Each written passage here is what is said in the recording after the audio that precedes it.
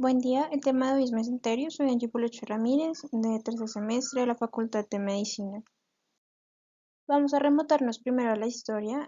Hablamos de Leonardo da Vinci porque habló del mesenterio como una asociación con el colon e intestino delgado, además diciendo que podía tener una convergencia central. Más tarde, en 1879, Toll identifica ese mesenterio y lo asocia con el colon ascendente y descendente. Y además de ello demuestra que esas estructuras pueden estar separadas por una pared abdominal. Hay algunas consideraciones, y es que el mesenterio de colon e intestino delgado es considerado contiguo, ¿sí? Y esta continuidad se pudo establecer de acuerdo a los estudios que se hicieron con los cortes de pacientes a quienes se les hizo incisiones mesocólicas totales, es decir, se les retiró el mesocolon de la cavidad abdominal posterior. Otra cosa que nos ayuda a confirmar la contigüidad son las variaciones embriológicas que se pueden ir presentando. Algunas de ellas son la no rotación o rotación defectuosa. De estas hablaremos un poco más adelante. Y también está la atresia mesentérica. Ahora, para observar el mesenterio debemos saber que se debe dividir el peritoneo y además de ello retirar la fascia que le subyace. Sí, desde ahí podemos ver que hay un trayecto de duodeno a recto y además de ello pues se revela su totalidad como tal. Todas estas relaciones me pueden llevar al establecimiento también de una nomenclatura que sirve para lo que es la rama de la cirugía colorectal y también me encamina para que se investigue un poco más para el mesenterio y las estructuras anexas, así como también esos trastornos que pueden ir apareciendo y que más adelante los mencionaremos. Ahora tenemos la parte de anatomía y embrio. Vamos a encontrar unas regiones. La primera es la raíz. Esta se da por la unión de la mesentérica superior y aorta. Luego está que que este mesenterio va de la porción distal a la flexión duodenal. Y de esta manera aparecen otras regiones. La primera es el abanico de la mano, que tiene unas subdivisiones, que es el mesenterio intestinal pequeño, mesocolon derecho, transversal e izquierdo, mesosigmoide y mesorrecto. Seguido aparece el pivote central. Allí se origina la arteria cólica media de la arteria mesentérica superior. Este mesenterio va alargado con el intestino, entonces forman como un margen intestinal muy largo. Seguido tenemos otra característica importante y es que las regiones mesocólicas derecha, izquierda, mesosigmoide, todas estas se aplanan contra la pared posterior del abdomen, ¿sí? Y van unidas por la fascia de Toll y el reflejo peritoneal. Aquí tenemos una parte de lo dicho y también podemos adicionar que este mesenterio lo que hace es estar suspendido por medio de unos vasos mesentéricos, tanto superiores como inferiores, y también se fija por medio de elementos como esas regiones que se aplanan y se pegan al abdomen posterior, y esas estructuras que van del mesocolon derecho e izquierdo, mesosigmoide medio y mesorrecto, inclusive que se pegan al piso pélvico que ya está circundante. Esa característica nos dice que el mesenterio lo que hace es suspender las vísceras, ser como algo estructural. Ya después de hablar de lo básico, tenemos que ante una anomalía de este mesenterio, solo suspendería los órganos por sus pedúnculos vasculares y también tendría tendencia a hacer que esos órganos se toquen y en caso de pasar eso, pues pasa a necrosis el tejido que está como en contacto. También hay otros riesgos y es que se pueda retorcer y pueda aparecer una malrotación o no rotación. Esto ya es la causa más común de crisis abdominales, pero pues esto ya lo tocaremos un poco más. Ahora tenemos una serie de confluencias, ¿no? Y la primera es de que se encuentran los vasos de flexión hepática esplénica y pedículo adipovascular de cólico medio.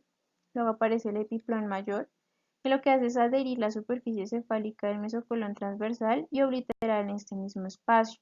Asimismo aparecen 6 flexiones, que es la duodenal, ileocecal, hepática esplénica, de colon descendente y sigmoide, y de sigmoide y recto. Todo esto lo que hace es simplificar esos aspectos técnicos que podríamos tener en una incisión colorectal, ¿sí? Y entonces aparecen también una serie de términos de nombre de reflejo peritoneal y este también tiene una serie de, esa serie de límites, lo que hace del reflejo peritoneal va el normal, la membrana de Jackson, el reflejo anterior, la bosa de Douglas y la región peritoneal lateral. La fascia de Toll está contigua a muchas regiones de nombres diferentes. La primera es que, como está rodeando la grasa perirenal, se puede denominar la fascia de Gerota.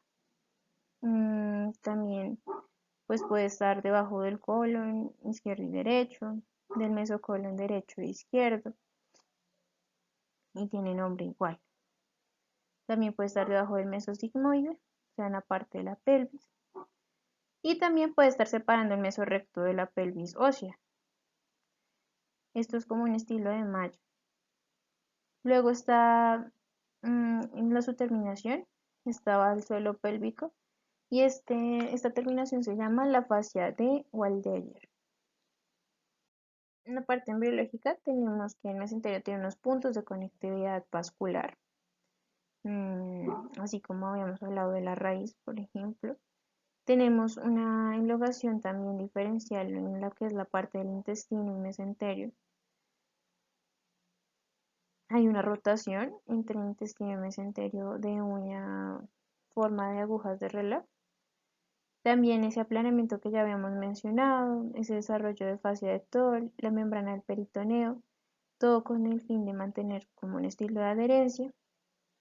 Y aparece, y tenemos las teorías anatómicas clásicas, donde se dice que se da un crecimiento del colon de derecha a izquierda, y esa falta de crecimiento también el mesentero lo que hace es originar una serie de vestigios. También puede haber un deslizamiento, eso es lo que nombré anteriormente, es regresión. Lo siguiente es el deslizamiento, o sea que el colon va de derecha a izquierda, adoptan posiciones laterales finales y también lo que hacen es tirar los mesenterios como mesenterios vestigiales que van después del colon. Bien, en cuanto a la parte histológica, tenemos que los elementos fundamentales de ese mesenterio, primero es ese mesotelio superficial, que está conformado por ese tejido conectivo y adipocitos en los intersticios. Hablamos de mesotelio porque como el mesenterio está relacionado con los intestinos. Luego encontramos la fascia de Toll.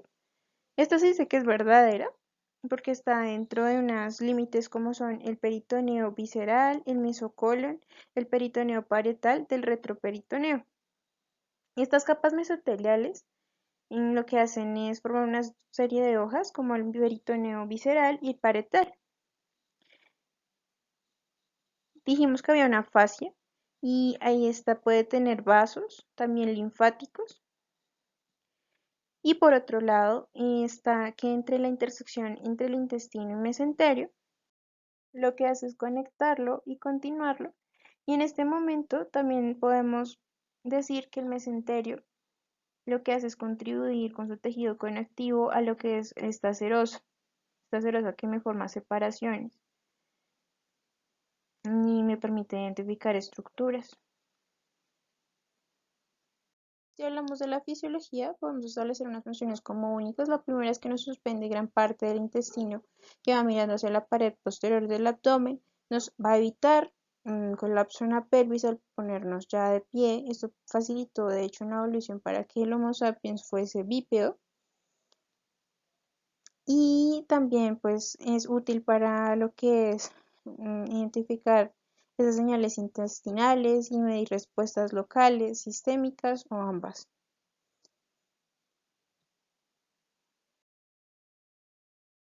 También ya en la parte pues, molecular encontramos nódulos mesentéricos, ¿sí? Que luchan contra esos componentes bacterianos y para ello hace uso de células B, T, natural killer, células dendríticas de la mucosa intestinal cercana.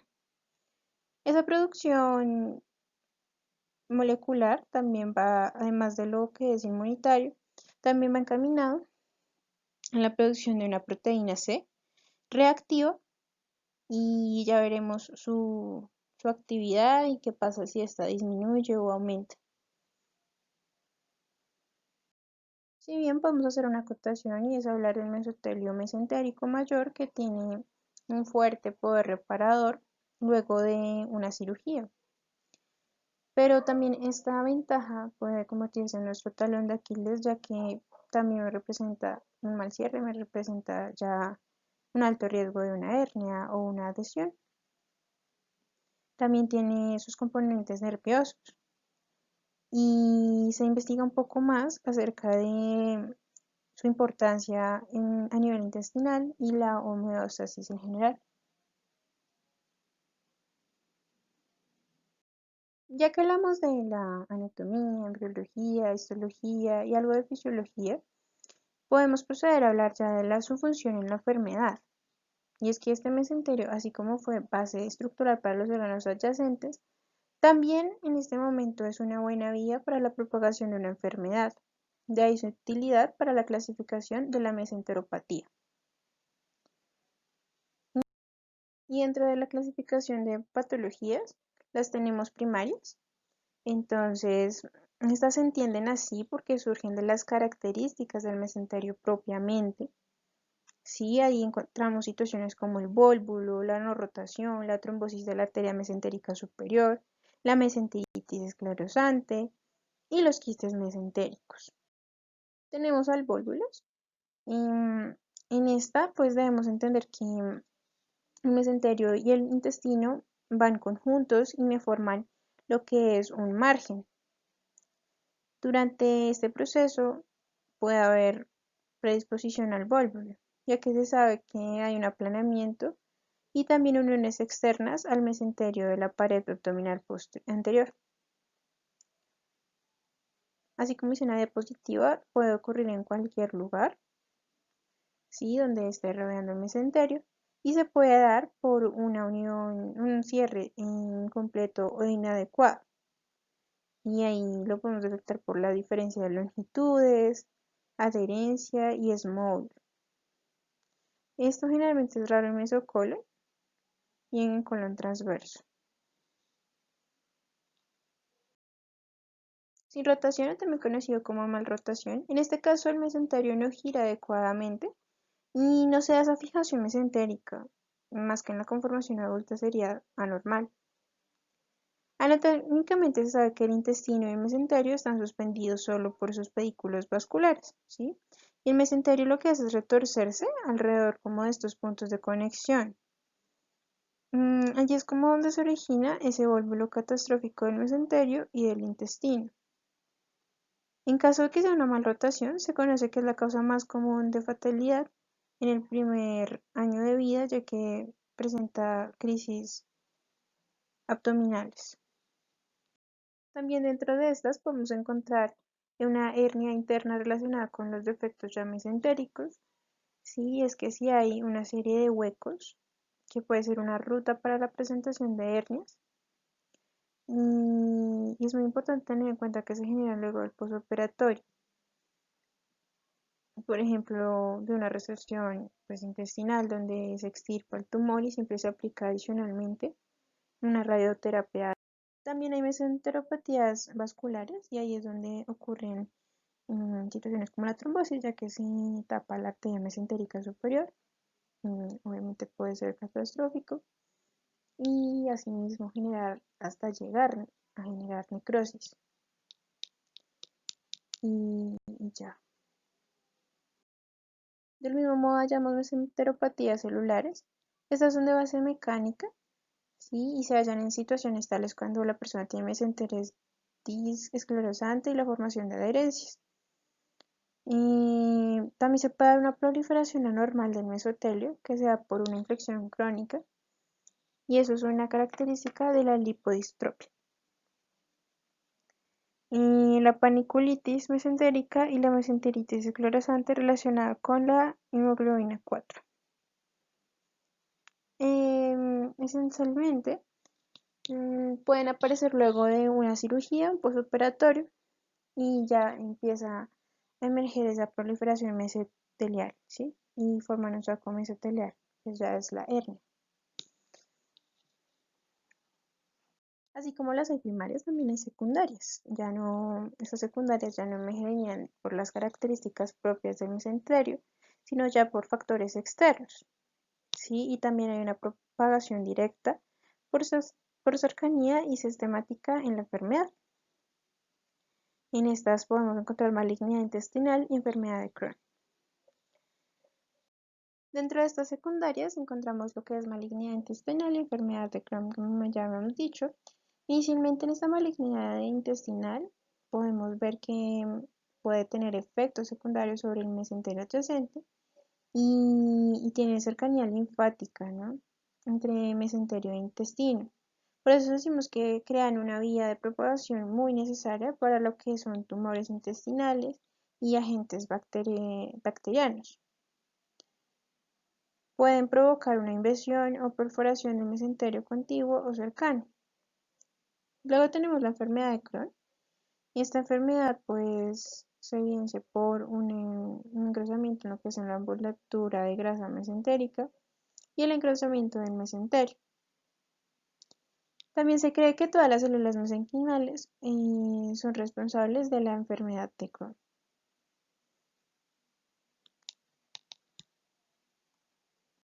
Luego, pues decimos que si ocurren esas anomalías mesenquimales que mencionamos, mm, se pueden extender desde el mesenterio hasta un intestino subyacente.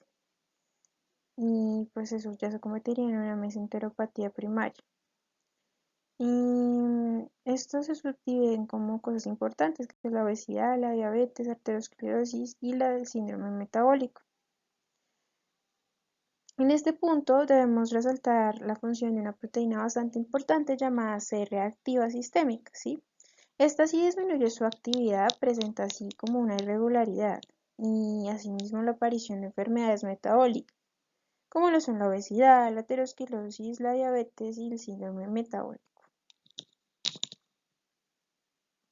Así como nos sirve para clasificar enfermedades, ahora es una herramienta muy buena para el diagnóstico, ¿sí? Por tanto, se deben hacer por métodos radiológicos, quirúrgicos, aunque ante esta última, que es la cirugía, pueden haber dificultades ya que no se tiene como muy clara la anatomía. También se pueden identificar regiones flexivas, regiones no flexivas del mesenterio en adultos, variaciones embrionarias y enfermedades abdominales. Este conocimiento del mesenterio también nos ayudaría a mapearlo como tal y hacer de la endoscopia algo un poco menos tedioso y con trayectos con menos molestias. Dada la anatomía del mesenterio, digamos que el medio para modificarlo es la cirugía. Tal parece que la eliminación de las partes favorece tratamientos contra el cáncer, ¿sí? Porque, por ejemplo, en el caso del cáncer de colon, se evidenció que cuando se extirpó ese paquete mesocólico ya casi intacto, pues hubo una mejoría. A partir de esto, es notable entender que estos procesos de excisión mesorrectal total, excisión mesocólica total y excisión mesocólica completa se han dado gracias a la identificación y confirmación de la contiguidad mesentérica. Por otro lado, cabe traer a colación lo que es la farmacología y los experimentos están un poco atrasados. Hasta el momento se sabe que lo que es la infliximab lo que hace es alterar el entorno de las citoquinas mesentéricas, pero esto es algo que sigue en el tintero. Ya llegando a la parte final, hablaremos de las conclusiones. La primera es que se requiere como de la identificación de detalles anatómicos un poco más claros. La segunda es que pues ya debido a la contigüidad se cree que pues los órganos que están aledaños al mesenterio podrían considerarse como centrales, ¿sí? Aún no está claro, la tercera es que no está claro que se pueda adicionar algún sistema en especial, ya que pareciera que funcionara en varios, sí, como el intestinal, el vascular, el endocrino, el cardiovascular o inmunológico, como ya pudimos ver a lo largo de esta presentación. Además, el cuarto es que se sigue averiguando acerca de sus efectos, ¿no? Porque pues puede actuar en niveles como el hematológico, inmunológico, endocrino, metabólico y otros niveles. Se necesita saber un poco más. Y pues lo otro es que no se ha identificado o establecido cuál es la unidad funcional de este mesenterio. Y es que quedan muchas preguntas sin resolver, por ejemplo, que si ese mesenterio es próximo a la flexión duoyeyunal, tenerlo así como claro, hay embrionarias, y como por qué los factores mesentéricos pueden impulsar el desarrollo del páncreas en una región mesentérica y no en otra. Y también dice este artículo que se debe examinar la relación del epíplomo mayor con el resto del mesenterio. Luego pasamos a concluir, el artículo pasa a concluir que el mesenterio tiene cualidades de plasticidad y pues de transformación, y esto es lo que nos llega al surgimiento de varios trastornos de los cuales hablamos. Sí, puede tener relaciones con acontecimientos como adhesión y formación de sacos como una hernia, y todo por efectos de posoperatorio, generalmente. Se habla de la contigüidad pues, de estructuras y por ello también se cree como una vía de propagación para patógenos y enfermedades. También tiene una estrecha relación con el tejido conectivo y por ello pueden ocurrir diversas anomalías musculoesqueléticas, oculares y cutáneas en enfermedades intestinales, como la colitis ulcerosa y enfermedad de Crohn. Lo otro es que se sigue desarrollando más el método del diagnóstico y es que si se desarrolla un poco más, se podrían mejorar esas estadísticas del desarrollo de la enfermedad abdominal, de hecho, ya que se obtienen cada vez más información acerca de ellas. Lo otro es que se concluye que hay pocas investigaciones farmacológicas, así como en experimentos, o sea, y no se ha notado un avance para el desarrollo del conocimiento de esta estructura. Se conoce que el mesenterio favorece a campos de la gastroenterología, sí, porque si mejoran los diagnósticos y llega como la precisión, identificación de la enfermedad abdominal y se verían las ventajas sobre este campo. Y ya finalmente se espera que la rama de la cirugía y la investigación vayan de la mano y mejoren. Muchas gracias.